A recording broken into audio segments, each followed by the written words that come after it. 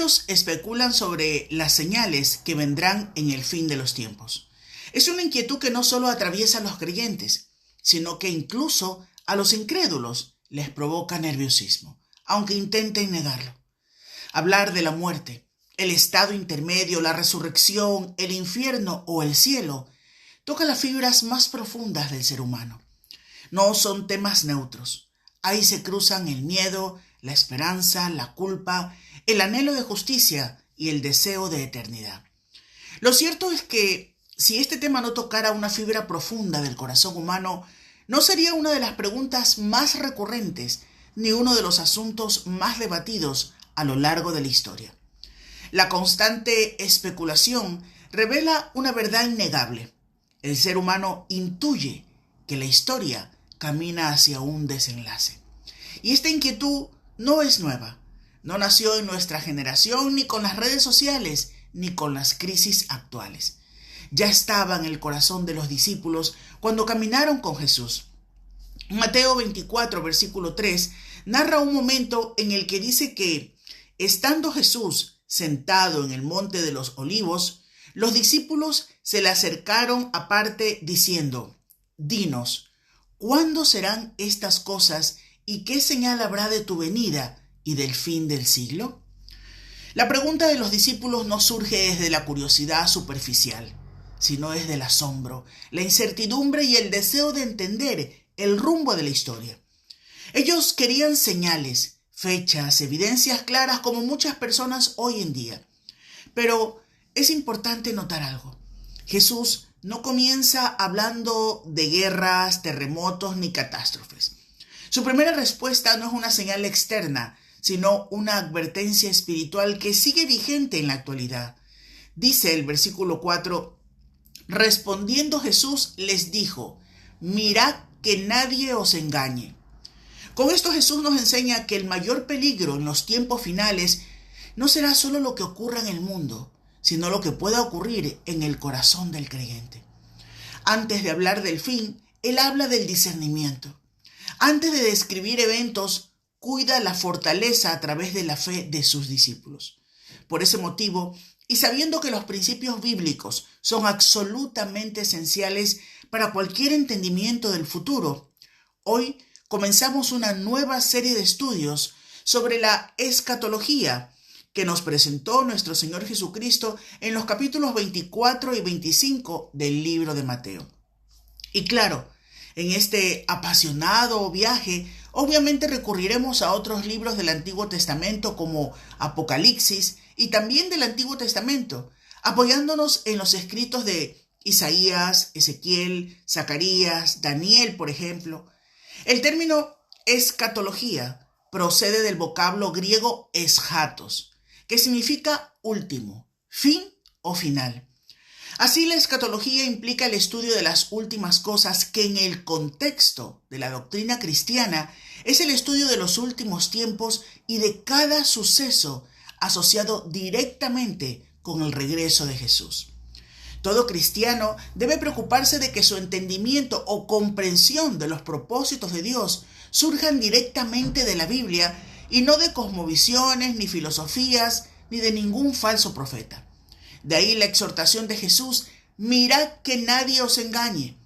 Nuestro Señor Jesucristo no habló del fin para inquietar a sus discípulos ni a nosotros, sino para prepararnos, afirmarnos en la verdad y guardar nuestros corazones del engaño. Por eso, al comenzar esta serie sobre la escatología de Mateo 24 y 25, no buscamos alimentar el miedo, ni la curiosidad sensacionalista, ni la especulación, sino buscar luz, discernimiento y esperanza en la palabra de Dios, para aprender a mirar el futuro con los ojos de Cristo, firmes en la verdad, atentos a su voz y confiados en su promesa.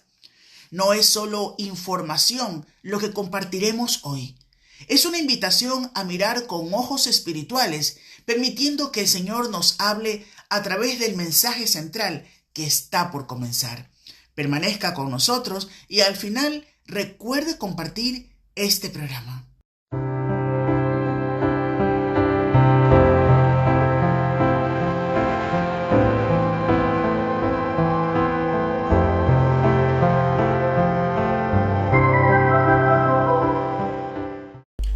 Las agencias de noticias, por todos los canales de difusión, se llenan de noticias convulsas.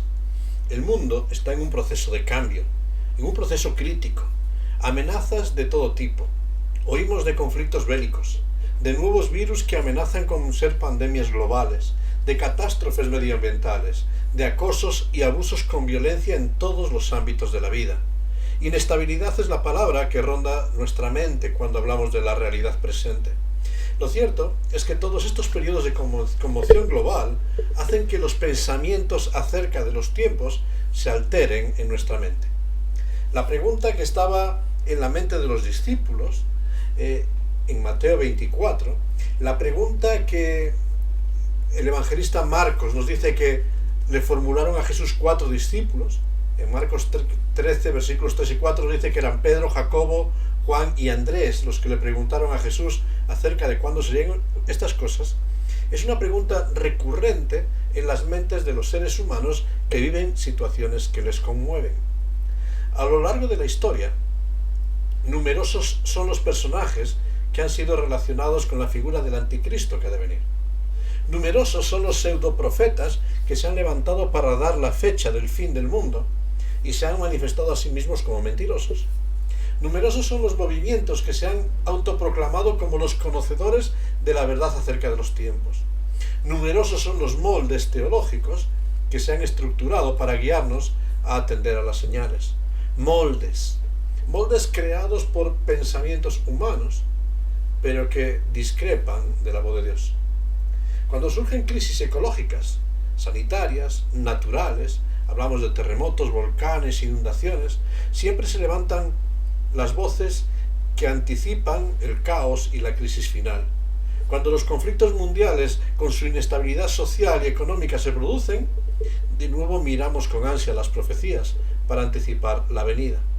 Todo ello es un intento de conocer los tiempos, y nos olvidamos que esto es un peligro serio para intentar acceder a aquello que no nos corresponde a nosotros.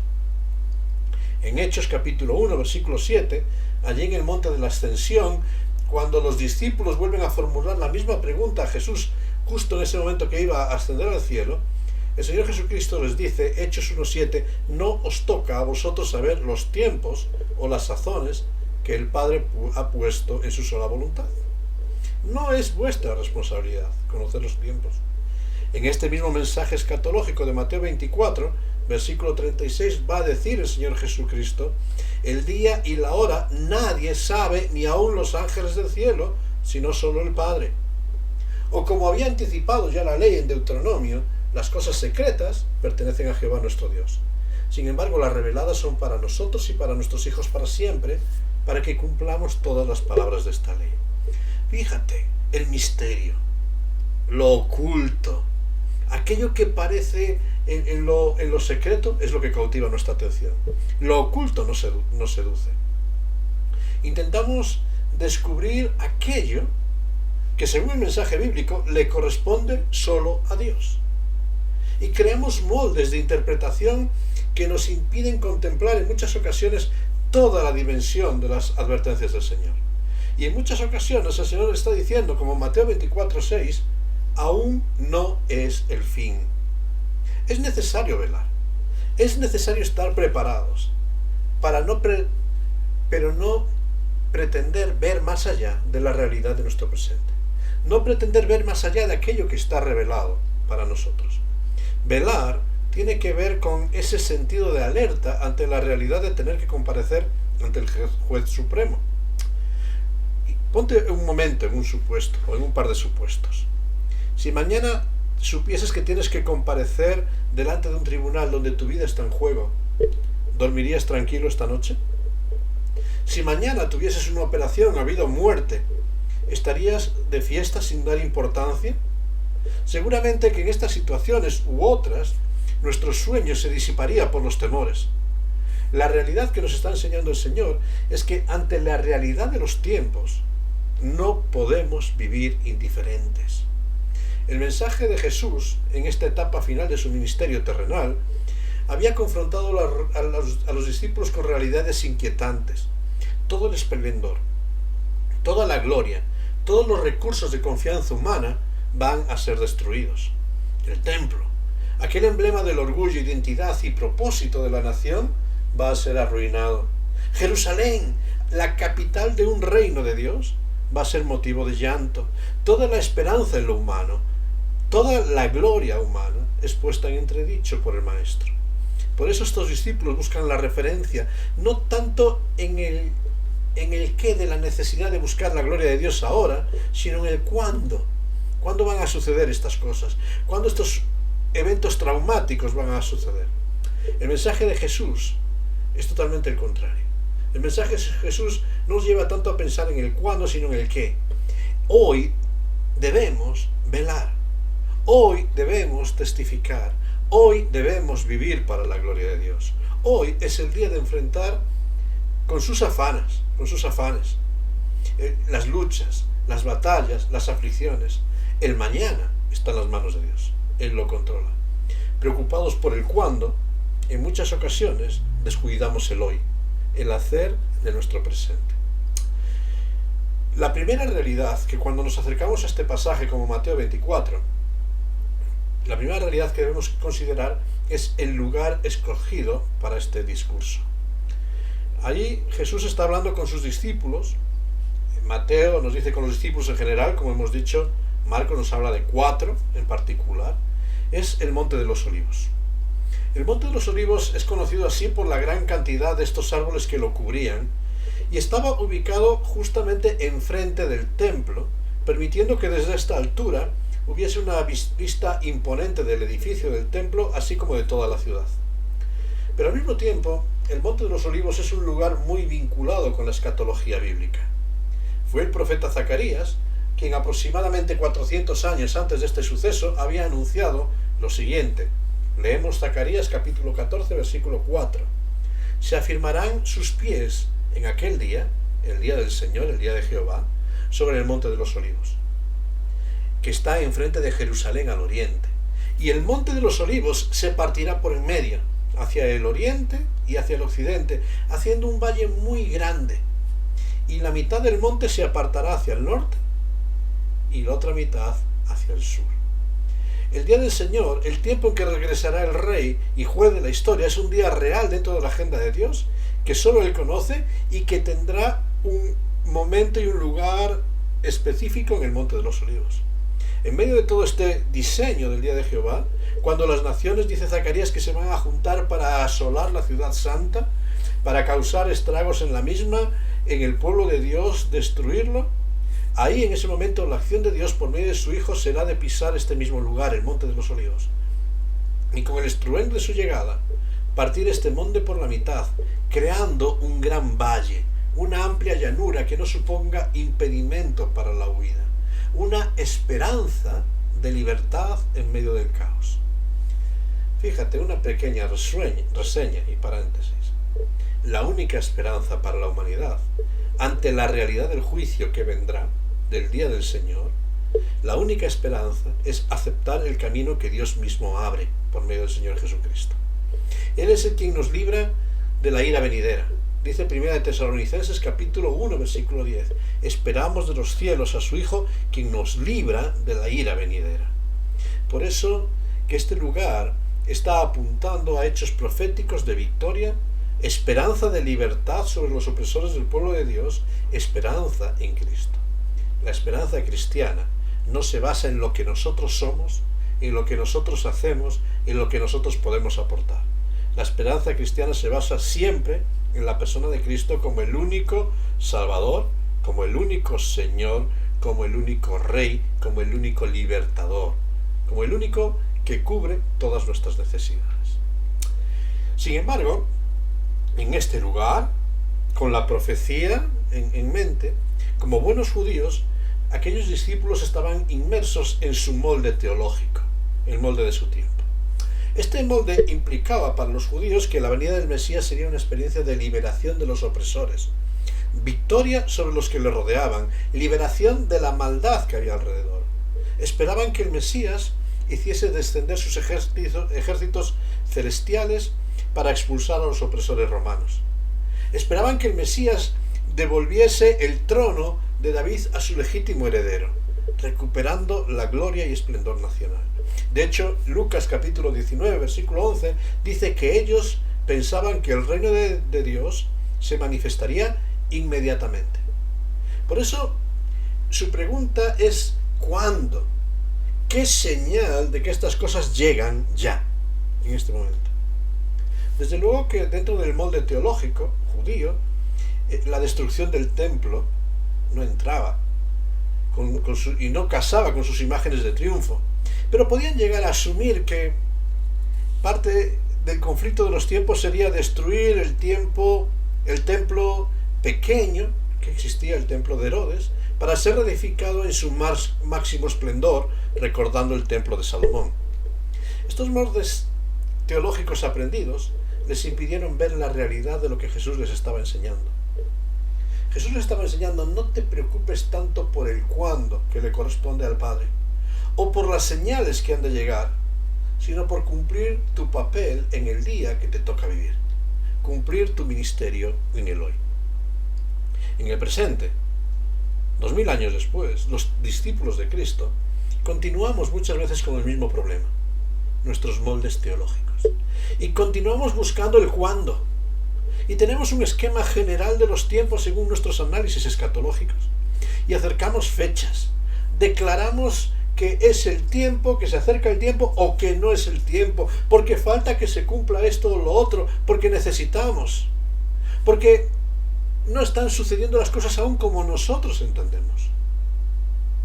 Comenzamos a dividirnos, y a dividirnos entre dispensacionalistas o continuistas, tribulacionistas o pretribulacionistas, mileniaristas o amileniaristas, los que creen en el rapto, los que no creen en el rapto. Creamos moldes de los tiempos, moldes de tiempos que solo le corresponden a Dios. ¿Recuerdas? Y ahí condenamos incluso a los que no piensan igual que nosotros o tienen otros moldes de pensamiento. Y así, con la mente en el futuro, nos olvidamos de vivir el hoy. Volvemos un momento al relato de Hechos, capítulo 1. En el monte de la Ascensión, aquella inquietud de los discípulos les hace preguntarse, Hechos 1:6, ¿restaurarás el reino en este tiempo, ahora? La mentalidad de los discípulos. Ya había pasado la cruz, ya había resucitado Jesús, ahora ven al Mesías glorioso y dice, ahora es el tiempo de restaurar el reino. Y fíjate la respuesta del Señor a esa pregunta. Dice, no penséis en la restauración, no penséis en la restauración, de cierto llegará. No os corresponde a vosotros entrar en este debate de los tiempos. Pero, sin embargo, me seréis testigos. Dice Hechos capítulo 1, versículo 8. Piensa en este tiempo en el servicio y testimonio de Cristo, que es tu responsabilidad en el presente. La palabra testigo es este término griego martureo, mártir, donde viene nuestra palabra mártir. Es el tiempo de vivir y sufrir con Cristo y para Cristo. Esta es la realidad de los tiempos que nos toca vivir. Es tiempo de tomar la cruz e ir en pos del Maestro. Es tiempo de luchar en medio de las aflicciones de la vida para reflejar a Cristo. Desde luego, esto no quiere decir que dejemos de considerar los tiempos. Las realidades que nos tocan vivir en cada generación son una advertencia de que la promesa de Dios es real. Cristo regresará. O mejor dicho, Cristo ya está regresando y está más cerca que cuando creímos. Considerar esta realidad de que Cristo viene tiene que llenarnos de estímulo para velar, perseverar y acercarnos más a Dios y a la verdad. Las aflicciones de la vida nos recuerdan que solo en Cristo tendremos victoria. Las pérdidas en la vida nos acercan a la realidad de las riquezas en gloria con Cristo Jesús. Los conflictos sociales nos confrontan con la realidad de que solo hay un Rey justo, que es Dios. El deterioro del hábitat en medio del cual vivimos nos recuerda que en Dios tenemos una casa perfecta, no hecha de manos. Todo lo que tiene que ver con los tiempos, las inquietudes que despiertan, debieran de ser un estímulo para en el hoy acercarnos más a Dios, para vivir una vida más cerca de Dios.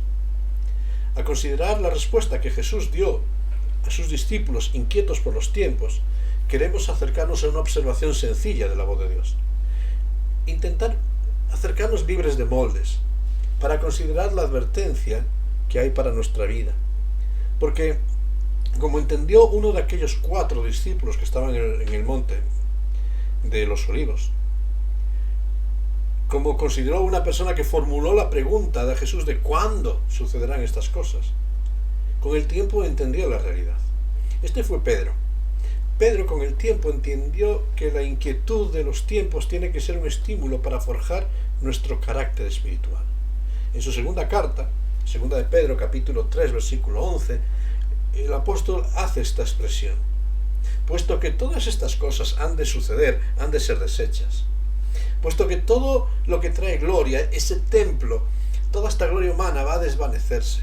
Todo aquello que nosotros hemos construido va a ser deshecho. ¿Cómo no debiéramos andar en santa y piadosa manera de vivir? Simplemente, si estamos esperando el regreso de Cristo como Señor y Juez, esto debiera de ser un estímulo, un acicate para vivir una vida cristiana excelente, apartando el pecado, separándonos para servir a Dios sobre todas las cosas desde ya. Sin embargo, seguimos queriendo saber el día, la hora, el momento, para entonces pretender vivir de una forma armoniosa con la voz de Dios. Según vaya llegando el momento, aún tenemos tiempo, dicen algunos. Sin embargo, el engaño, la inquietud superficial, la apostasía, el abandono de la fe, son una realidad de los tiempos para aquellos que no se aferran a la verdad, para aquellos que hoy no han decidido ser fieles a Dios, para aquellos que se conforman con la mediocridad. A lo largo del recorrido en los próximos programas vamos a considerar las influencias que cada generación quiere implantar para apartarnos de la fe sencilla. Vamos a considerar las señales que no anuncian el fin, pero sí que nos señalan que el fin va a llegar. Señales que han estado presentes a lo largo de cada generación en forma de aflicciones, de engaños, de conflictos sutiles, que nos advierten que no podemos dejar de dar la prioridad a Dios. Veremos en el desarrollo de la enseñanza de Jesús que las señas distintivas de ese tiempo de su venida, que deben de ser un estímulo para no dejarnos engañar en el presente y perseverar en la fe. Y veremos una parte esencial de la enseñanza de Jesús, cómo debemos vivir hoy en la expectativa de su regreso. Y ahí vamos a considerar lo que conocemos como las parábolas del reino, esta parábola tan conocida de las 10 vírgenes, de la higuera, lecciones que nos señalan realmente la realidad de cómo vivir en la expectativa de lo que ha de llegar. Hoy es el día. Hoy es el día en que tenemos que vivir, dice el Señor. Hoy es el día de salvación. Hoy es el tiempo aceptable para escuchar a Dios. Hoy es el tiempo de manifestar la santidad y la piedad delante de Dios. Hoy es el tiempo del cambio. Hoy es el tiempo de escuchar a Cristo, libre de todo tipo de moldes que limiten su palabra. Hoy es el tiempo de abrir nuestra mente, una mente sencilla, que permita que sea el Espíritu Santo quien nos guíe a toda la verdad. Una mente que permita que el Espíritu la transforme y la renueve en cada momento. Esa es la mente que necesita el pueblo de Dios en el presente. Ante la realidad de los tiempos y sus advertencias, necesitamos ser sensibles a la voz. Necesitamos llenar nuestro candelero del aceite de su presencia, del aceite de su Espíritu. Pero eso tenemos que hacerlo hoy. Porque mañana es la realidad más incierta. Por tanto, entre tanto que se dice hoy, no podemos ser obstinados y rebeldes a la palabra de Dios. Y la palabra de Dios es una advertencia para cómo vivir hoy. ¿Estamos viviendo con excelencia o con mediocridad? ¿Estamos dando lo mejor de nuestras vidas al Maestro? ¿O estamos viviendo con indiferencia ante la realidad? ¿Eres consciente de que en breve tú y yo tendremos que comparecer delante de Cristo? ¿Soy consciente de la responsabilidad de comparecer delante del juez justo, santo, perfecto? Esa realidad tiene que estremecerme para vivir hoy con excelencia, dando la prioridad al Señor. Que Dios nos ayude y abra nuestras mentes para acercarnos a los tiempos, no buscando fechas, no buscando eventos, sino diciendo: Señor, quiero que mi vida esté consagrada para ti desde ya. Que el Señor nos guíe, que el Señor nos ayude y que Dios te bendiga en toda esta semana.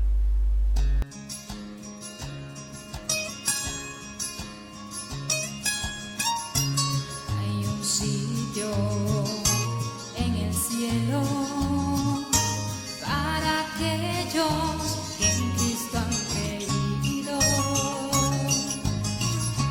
Una vida de felicidad al lado de Cristo por la eternidad. Busca a Dios, es mejor para ti. Busca a Dios en tu vida. Dios te ama. Busca a Dios, es mejor. Ahora es tiempo de buscarle. Otro día, tal vez sea tarde. No desprecies la oportunidad. Hoy Cristo te brinda la felicidad. Busca a Dios, es mejor para ti. Busca a Dios.